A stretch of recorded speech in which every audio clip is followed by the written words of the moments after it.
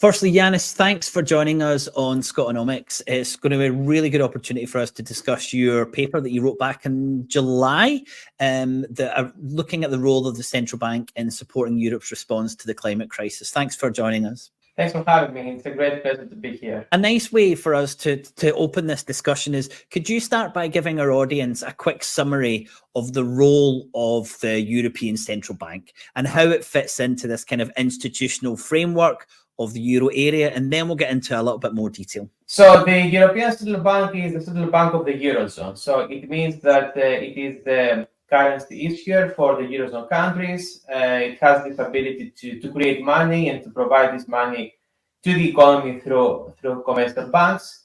It is also the institution that has a lot of power because it governs the financial system in the Eurozone. And because it is in the Eurozone, it is also very powerful from a global perspective. Now, in terms of what the Central Bank of the Eurozone does in practice, I mean, first of all, it has a mandate to achieve price stability. So when we refer to price stability, we refer to this idea that the central banks should try to control inflation in the economy. For the European Central Bank, it means that whenever inflation is not very close to 2%, they need to do something in order to bring it back to 2%. And in most cases, what they do is that they change interest rates. So they announce new interest rates on a very regular basis.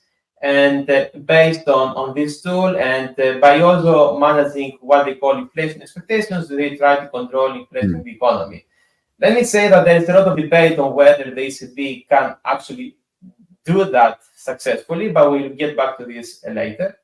And the other thing that the European Central Bank does is that it has a responsibility for financial stability overall in the Eurozone. I mean, we have national authorities that try to deal with financial stability, and they deal with financial regulation.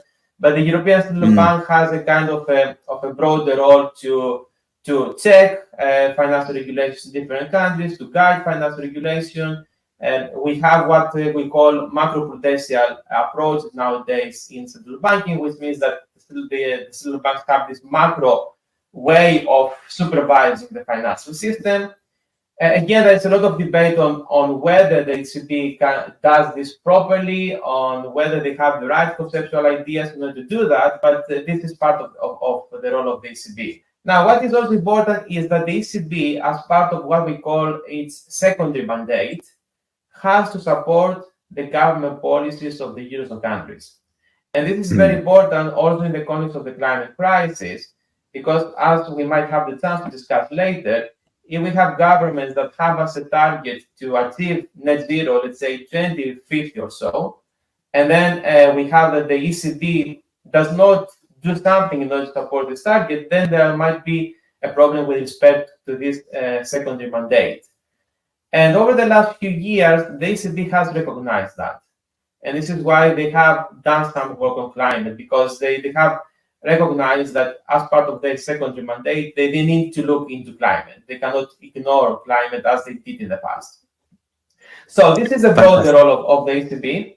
And one final point that I would like to make is that the role of the ECB became extremely political and clear during the Eurozone crisis, when we had that there was a big problem in the government bond markets, and the way that the ECB tried to address some problems there reflect political views that we have in the Eurozone. So it's very important to always highlight this political role that the ECB plays and the implications that this political role has for the lives of many people in the Eurozone. Is the ECB in its mandate, is it different in any kind of substantial way from other central banks? I would say that it's pretty much the same across the global north. We have significant differences when we look at the mandates of central banks in the global south, where, for instance, in many cases, there's a specific emphasis on achieving sustainable development, which means that central banks in the global south, in many cases, have more room to do innovative things and to support development in the economy.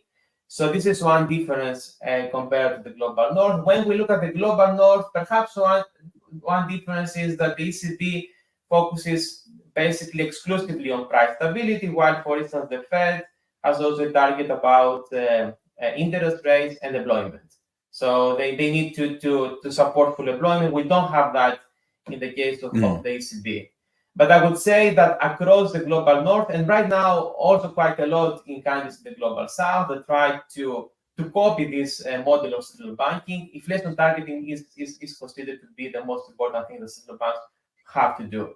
So I wouldn't say that there are significant differences, but in my view, there are things that we can learn from some central banks in the global south, where there is more emphasis on development, because this gives much more flexibility to central banks to play a more active role also in the context of the net zero transition. Yeah, and I'll just highlight that no part of the mandate says anything about full employment is certainly different from the approach that we have in the Fed, and it'll be interesting to get into some of the details about what the ECB could be doing, looking at some of the examples that you've said from the global south. So let's just look at the kind of up until now, what role has the ECB played in kind of supporting climate action? Because it's actually, we actually start from a position where they have been doing something. This isn't a saying you've been doing nothing, what are you going to do now? But they have been active and in some way in this kind of support for climate action. So would you like to just kind of, probably just be briefly describe what they've been doing up until now? Yeah, so what is interesting is that before 2020, the ECB was not interested in climate. So Mario Draghi didn't actually engage with the climate agenda. And I think to a great extent, this changed when Christine Lagarde joined the ECB as a president, because she had an interest in climate. Of course, at the same time, there was more pressure from external organizations, civil society organizations in particular, to the ECB to engage with the climate agenda.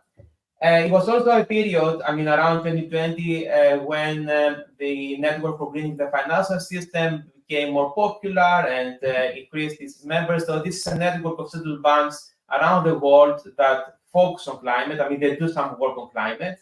And because of all this, I think at the end of the day, the ECB decided to engage with this agenda. I mean, it might be a little bit more complicated, but it's very interesting that initially they didn't want to do anything on climate. But now what we have is that the ECB is doing a lot of climate. I mean, there are many economists in the ECB that work on climate change. But the way that they do that, in my view, is very, let's say, defensive. It's not very proactive.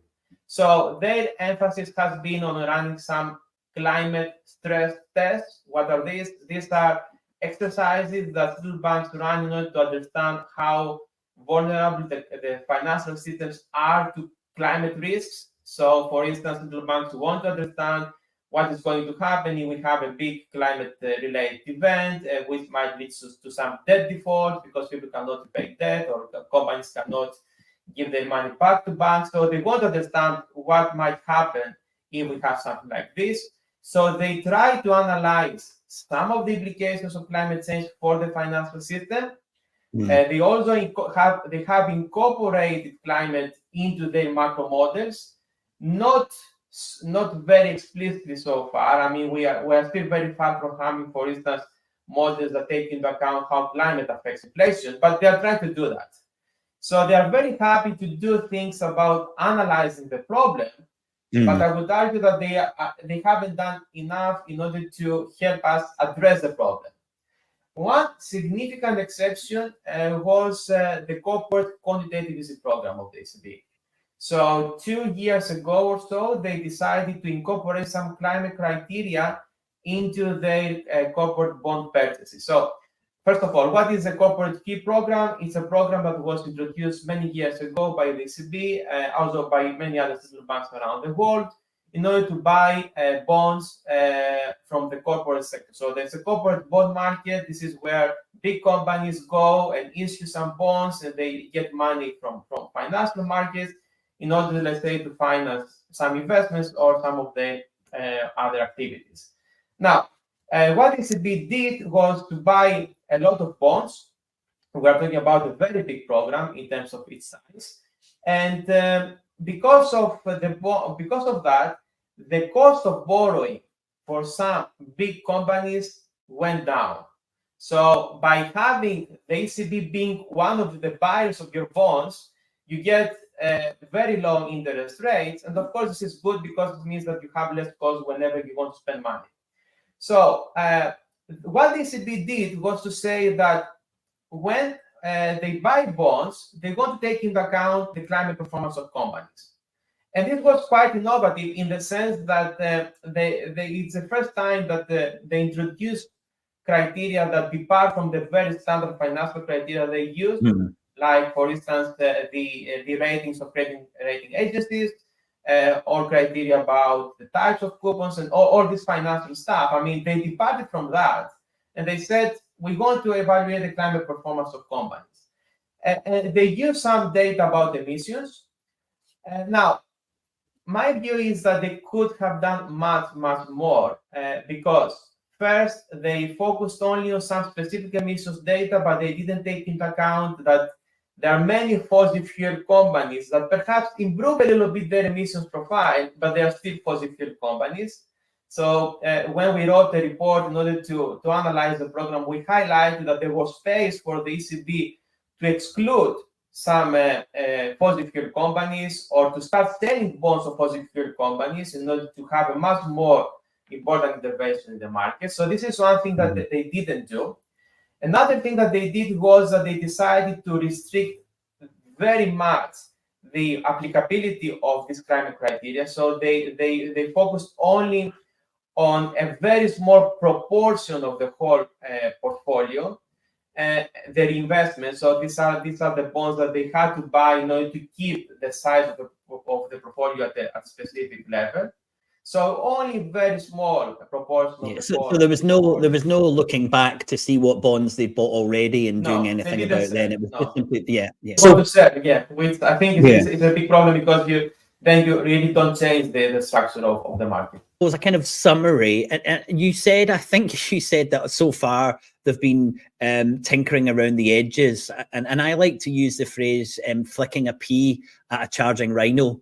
And that's kind of what I looked at in terms of the central bank trying to interfere in a positive way to impact the climate crisis, or the reactions to the climate crisis. It was like flicking a pea at a charging rhino. It was making no difference. And I think you kind of got to that similar summary there. So what specific actions would you like to see if there was a kind of true, let's say, again, to use your word, a kind of climate paradigm shift in central banking? What are those changes, firstly? And then what do you see as the barriers to those changes?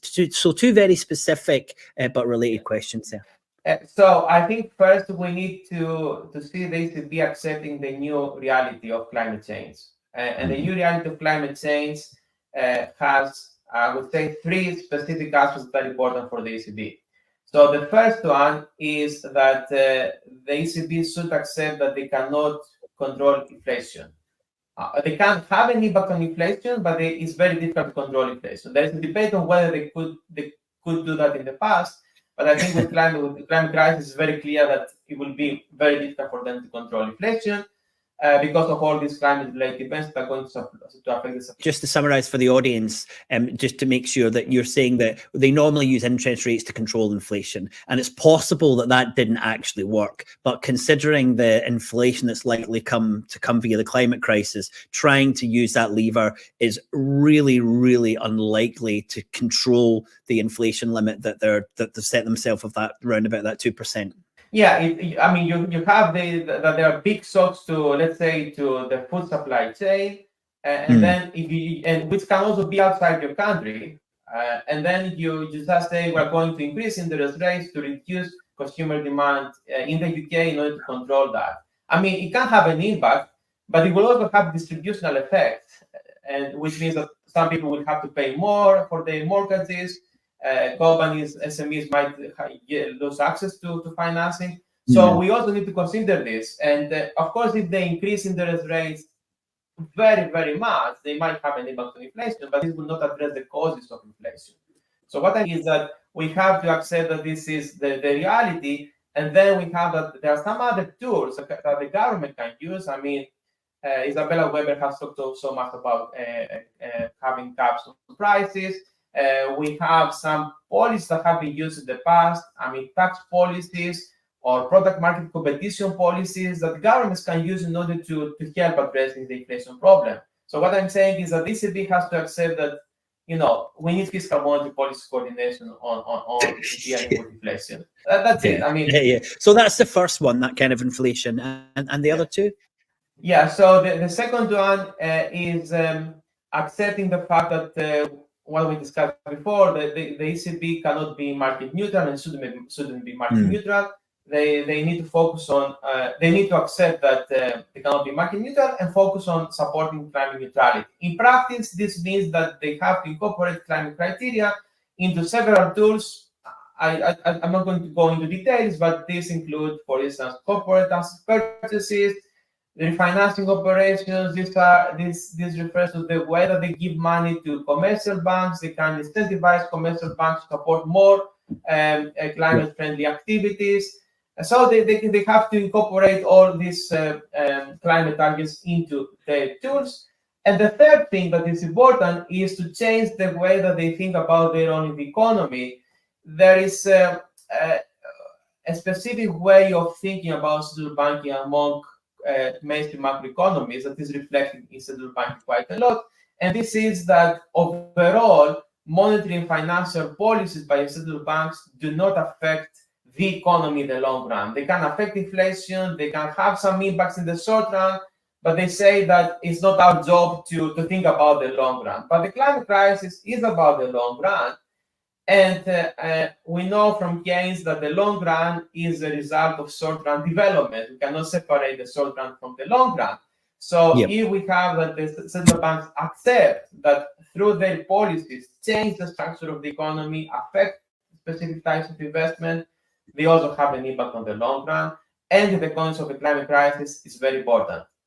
And to give you one example, nowadays that we have high interest rates, it's more difficult for having investments in renewables. The investments in renewables are very sensitive to interest rates because we need to have more upfront investment. So central banks actually create a problem to this transition. In the long run, we want to have a renewable energy infrastructure. If central banks don't help us to achieve this, they are not neutral in the long. So it's another thing that central banks have to change. I'm focusing on the way that we think about central banks, because if we don't change that, it's very difficult to have changes in policy tools. So for me, this is the starting point. And if we have this new way of thinking about the role of central banks, it's straightforward to incorporate this way of thinking into policy tools. Then we will have to focus on some technical details, but I think this will not be so difficult. And that's the paradigm shift we're talking about, isn't it? And our listeners will be aware of our work on our kind of growth paradigm and our austerity paradigm, which just basically says if you believe all of these things, then these types of policies come out of it.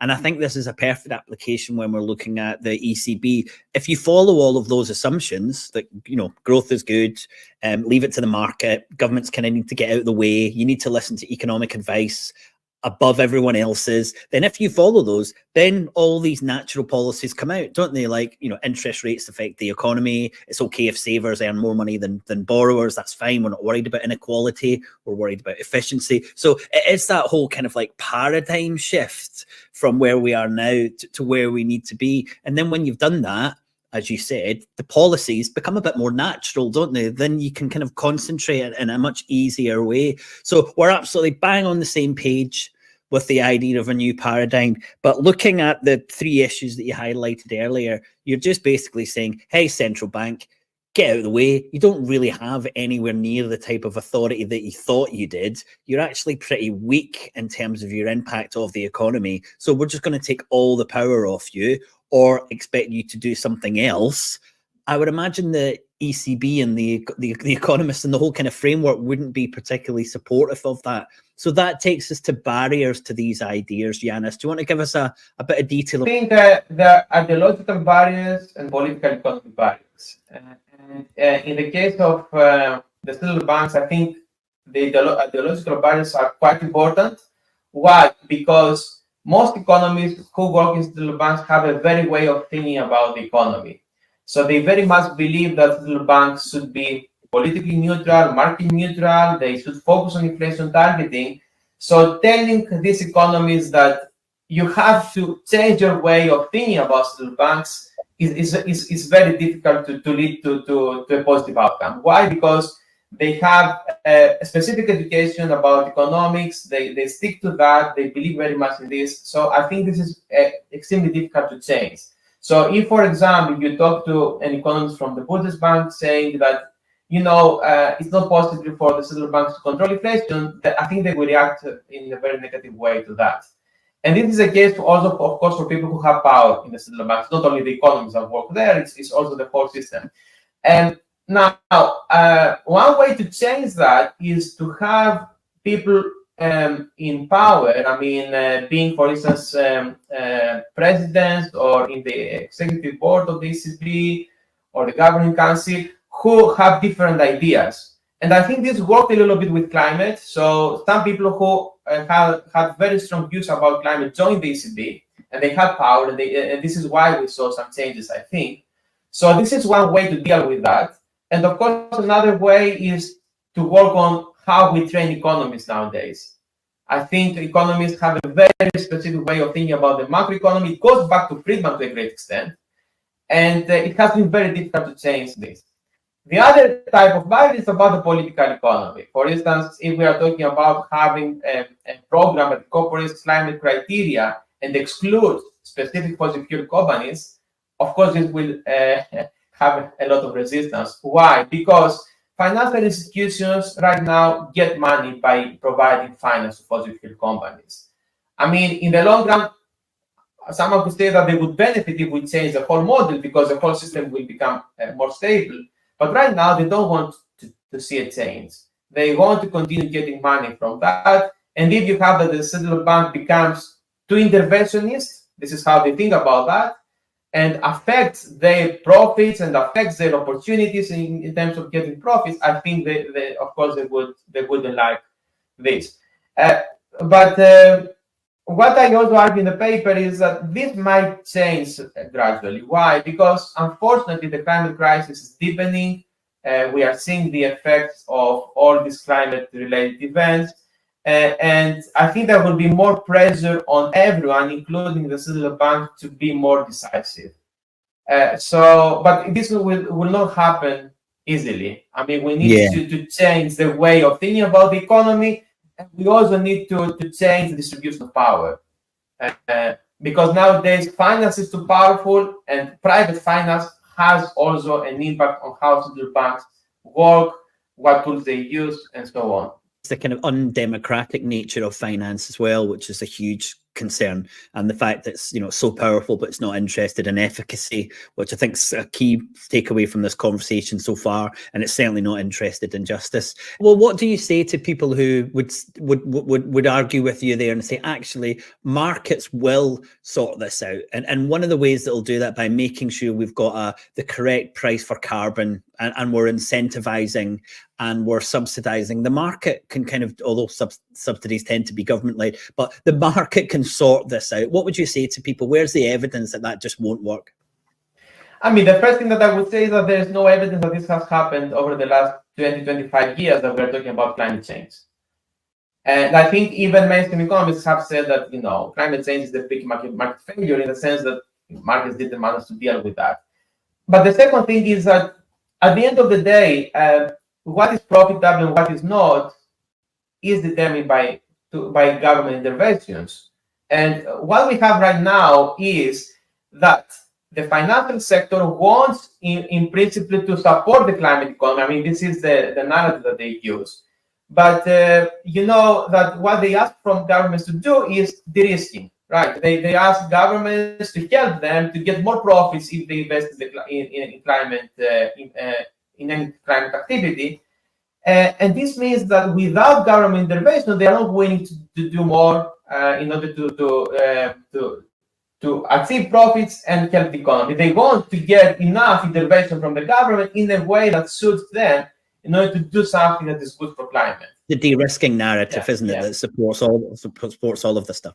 Yeah, exactly. And this is what Daniela Gabor has explained over the last years, that we have that the private sector now sees this climate as an opportunity to get more profits. They want to convince governments that have some fiscal constraints based on the current structure of the global financial system. They want to convince these governments to give them enough financial incentives to invest in climate. Now, is it how markets are going to solve the problem? I don't think so. Right, because first, this is not going to solve the problem, because in many cases these investments are not in the direction that we need, because their main purpose is to ensure high profits and low risk for the private sector, and this in many cases can be inconsistent with what society needs or a local population needs. And second, if we say that the government has to intervene and provide support to the markets, I mean, it's clear that markets by themselves cannot solve the problem. Our policymakers think of markets as this kind of thing that arrived from space, which they can't have any influence over. And I think that's really important, is to say exactly that. If you're calling for the markets, then by definition, a market is constrained by the government, or set up by the government, or influenced by the government. So there can be a role for markets, but it's probably a market that has much more government control in terms of trying to develop these things. And as you said, the private businesses are just looking for this as another way to de-risk and to provide the profits. So there's huge issues there when we're going forward. I wanted to just get your thoughts on growth and this kind of principle that underpins not just the ECB, but, you know, you could say the European Union, or you could say capitalism, or the global north, or whoever. But what's your thoughts on economic growth, and how does this align to the work you've been doing at looking at the climate mitigation of the ECB? Yeah, so I think it's clear that the more growth we have, the more difficult it is to address the climate problem. I mean, I have worked quite a lot on projections and modeling of global warming and how we can reduce global warming using different types of policies. If you have high growth, it becomes more difficult. Why? Because for a given carbon intensity of the economy, the more you grow, the more you generate carbon emissions, and the problem becomes even more complicated when you include biodiversity, water stress, land use, and so on. Now, I think it's important to focus on the fact that in the global north, we have very high levels of consumption that are bad for the environment. So it's important to make this distinction between the global north and the global south, because in the global south, there is the need for development, and this includes growth. And there's also a different historical responsibility in terms of the climate crisis. But the global north needs to change the consumption patterns. So I think we need to have interventions in terms of that. We need to recognize that, yes, what we care is full employment, low inequalities, low poverty, well-being. Growth, in some cases, can be a way to achieve that in a specific stage of the development process. But if we just focus on growth, of course, this is a problem, and it has these issues with the environment. In practice, my view is that dealing with consumption is part of the policy tools that we have to use. So we need to use tools that reduce the consumption of rich people, for instance, which is to have a very high carbon footprint. And central banks do not have perhaps a direct role to play in terms of that. But it's very important, in my view, to introduce these ideas into their conceptual frameworks and into their modeling exercises, and to support whatever the government does. Because someone could say that if central banks try to reduce, let's say, growth, this can have a lot of side effects, because they might increase interest rates too much, they might reduce some limits in terms of credit provision. And I think this is a little bit complicated. My preference would be for the government to lead the process, and for central banks to support using specific tools maybe, but I don't think that they have the key role to play in terms of changing our consumption pattern. And let's get back to specifics in your paper then. You discussing the ECB's role in kind of climate adaptation and kind of loss management. You propose that the central bank could act as a climate rescuer of last resort. I think that's a direct quote that I've pulled out. Can you explain what you mean by that and how that would work?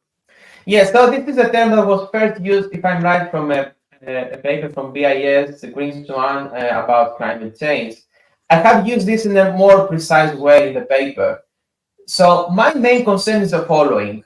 Assume that in the coming years we don't address the climate problem, and in the case of Eurozone we have more frequent and more severe droughts, floods, wildfires, let's say in Mediterranean countries, and then you have that governments have to step in and provide financial support to people who are suffering, who will suffer from all these climate events, and then the public debt increases. And if this happens, then we might have the repetition of the Eurozone crisis, but in a much more permanent way. I mean, this will not be just 1 year event. Every year will be worse. So what is my concern is that within the current institutional framework of the Eurozone, then credit rating agencies are going to downgrade these countries, the governments of these countries, and then it will not be possible for countries to implement fiscal policy. So what I'm saying is that if we recognize that this is a systemic problem, in any case, it's not the responsibility of countries that they have that.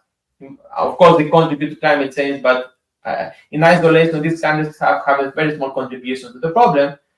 We have to deal with this by saying that the ECB will be ready to buy government bonds to stabilize the bond markets. If they don't do that, we will have new crises continuously. And I don't think that this is sustainable. So if nothing else changes and we still have this framework in the Eurozone, I don't want to go into the broader debate about what is the right framework for the Eurozone, but if we still have the ECB representing all these countries, I think it's necessary to have a tool. Markets should know about this tool. Credit rating agencies should know about this tool. Otherwise, things will become extremely difficult for specific countries. And this will have a very significant effect, of course, on the lives of many people. That sounds like just effectively taking that risk off the balance sheet of the countries so that it doesn't affect their kind of financial stability in terms of the financial markets and borrowers and things like that. Okay, I've got two final questions for you. One of them is an easy one, and then the other one is a very difficult one. And I didn't warn you about the last one. So the easy one: how appropriate is the sustainable growth? And no, it's not sustainable growth. What is it? The SGB Pact in Europe, the 3% deficit and the 60% debt to GDP. What's it called? The Stability and Growth Pact. That's it. How appropriate is the Stability and Growth Pact, considering everything we've been talking about so far? Yeah, that's a new one. It's not appropriate. This is my short answer. I mean, simply because we need to invest a lot now in climate mitigation, climate adaptation. If we have a 3% target, we cannot do that. I mean, we always need to have more taxes in principle to support more spending. And I think, again, if you adopt a long-run perspective, what you really want to do is to invest quite a lot right now in the short run, perhaps increase your deficit to, of course, above the limit. Perhaps increase your public debt right now in order to stabilize your economy in the long run. So I think this framework is a straitjacket that doesn't allow us to act properly. So I think we need a much more flexible approach, which looks at how the whole system works and doesn't have embedded this ideology that we don't want to have high deficits. You could be having the conversation and saying to people that if we had these fiscal rules, it's likely that there'd be something like 10% deficit rather than 3% deficit, and just an understanding that the government is going to have to spend a huge amount of money to start supporting the climate adaptation mitigation. But this idea that we can do that with such a short amount of extra spending in the economy would be a challenge. That's certainly my perspective on that. I know it's difficult to put kind of a figure on it, but what I say to people is they need to consider that a double-digit deficit is not a bad thing, and that's probably likely if we genuinely want to solve these problems. Yeah, and just to say that there are different ways of developing a different framework. For instance, some people are talking about making a distinction between investment and other types of spending. But I think there's a way to do that. But one big problem with respect to this is that the global financial architecture doesn't allow countries to easily do that. This is a problem because whenever we have an increase in deficit in a country in the eurozone, of course, within the current distribution of power and within the current financial architecture, there's the reaction that creates a problem. So I think it's both that the eurozone has to change its approach, but we also need to have some new institutions at the global level that do not penalize countries that try to do the right thing in terms of investment policy. Yeah, absolutely. A really important point here. Okay, right. You ready for the difficult question? Well, we're now having this conversation and we're talking about an independent Scotland, and it's 2030 and we're looking to set up a new central bank from scratch. How would you suggest that this institution would differ from a standard institution, standard central bank like the ECB or the Bank of England? What should we do differently? Yeah, if you're going to develop, if you have the room to develop a central bank from scratch and have some new ideas that correspond to the new realities, I think I would get back to some of the points that I made before. So for me, first of all, it's important to look at what is happening around the world, not to try and copy and paste some of the models that we have right now in the global north. In my view, these models are not consistent with the new realities that we are facing in any case. So the first thing I will say is look at different kinds of central banks. Now, in my view, fiscal monetary policy coordination is important. You need an institutional framework that makes this possible.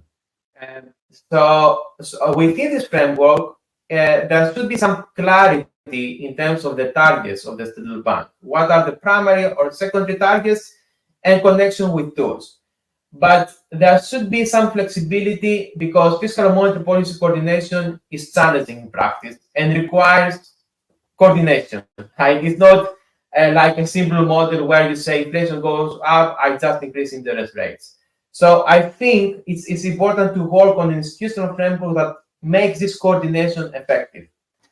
And the other thing that I would say is that there should be a lot of thought about how to respond to pressures from global financial markets. I mean, we live in a world whereby global financial markets have power. And sometimes there are countries that want to do stuff that is important for their economy, for people. But then financial markets react in a way that, for instance, causes depreciations, which can have implications for inflation, or causes problems in terms of the government bond markets. And I think it's important to have a strategy about that, because if you do this and you don't consider these restrictions, it's very possible that there will be a kind of a big financial shock that will also affect the perception of people about what the central bank has to do. Yeah, no, but an example of that would be that, if the central bank had loads of outstanding debt in a foreign currency, for example, that would be an exceptionally risky position to be in, concerned to having most of its debt in the domestic denominated currency. As an example, these things are important for you to consider and think about. You need to think very carefully about your external position, of course. My view is that it's also very important to make connections with industrial policy. Why? Because if you have a strong current account balance, which means that you have a lot of exports compared to imports, I mean, this is one of the key drivers of that, then you don't need to rely so much on imports from other countries, which create complications with respect to the currency. So it's very important to connect the industrial policy with the central banking policy. Otherwise, at some point there will be a problem with respect to that, because you might say that I don't want to have foreign denominated debt, but at some point it might be difficult not to do that, again, because of all the restrictions the financial markets place on the economy. And I think building a strong economy, which requires a lot of investment, is a way to do that gradually in the long run, but it's also very important to have a very clear plan in the short run. So I would say that there are a lot of complications. I mean, I want to be pragmatic. Okay, I don't want to say that there is an easy way to develop a central bank that will have a lot of autonomy to do what works for people within the current system. Yeah. But there is a lot of room to do innovative things, to follow your own way of doing central banking. You just need to consider these constraints and work based on the fact that these constraints exist. Because ideally, we would like to see more global coordination on how we can deal with all these challenges that we are talking about. And I have also written quite a lot on the global coordination in the financial system that is necessary for dealing with the climate crisis. And I think it's also very important for the central bank to create pressure on these global discussions. So it's also important not to focus on what will be good for your country, but also what is good globally to have, because at the end of the day, this will also be good for Scotland. Kind of summarize there, I think that we're talking about, if you want a new institution and you want it to do new things, we really need to be talking about this new paradigm, and we have to look at what are the new ideas for this new reality. And the idea that we can just kind of grandfather institutions and start from where they are now, I think kind of practically puts you at least, if not a generation, a decade behind where you should be. And if you've got the opportunity to create new institutions and you have developed a new paradigm, then there are huge amounts of potential in these new institutions. But if a central bank is just doing what it's trying to do at the moment, then we'll have missed a really big opportunity. Just to say that sometimes when, for instance, I talk to people who work in central banks in the global south, I see this way of thinking that they try to copy and paste to what the high-income countries do. And I think it's a big mistake. And the starting point should be, let's think about the new ideas. Let's interact with people who understand the new realities, and not to and understand that all these central banking ideas, in my view, are right now outdated. So we need something new. It's very difficult to change that all in the global south. I mean, there are some innovative people, central banks that try to do different things and understand also these problems in the global north. But once you have that, I think you restrict so much the possibilities.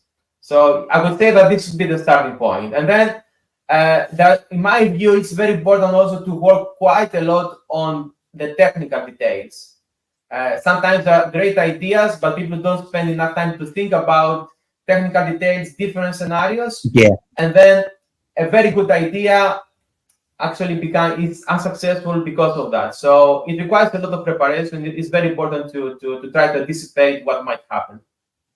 Fantastic. Yannis, thank you so much. That was a wonderful discussion. Really appreciate your time. Thanks a lot. It was my pleasure.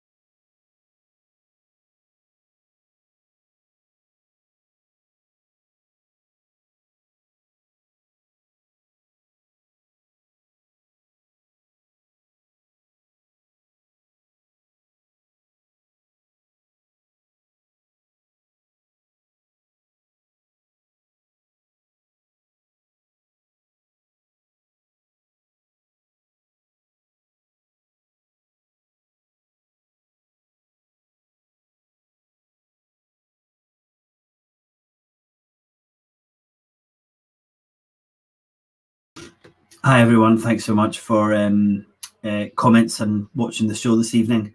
I just thought I'd come on to say that. You might be able to tell I'm not feeling well at all. Sorry, I'm not able to go through things in a bit more detail like we normally do. Thanks so much, and we'll see you next week. We have a show covering Scotland's just transition, an interview from the Festival of Economics that we did with Miri and Brett. Hopefully, I'll see you then. Hopefully, I'll be feeling better. We'll see you next week. Thanks for joining us. Bye for now.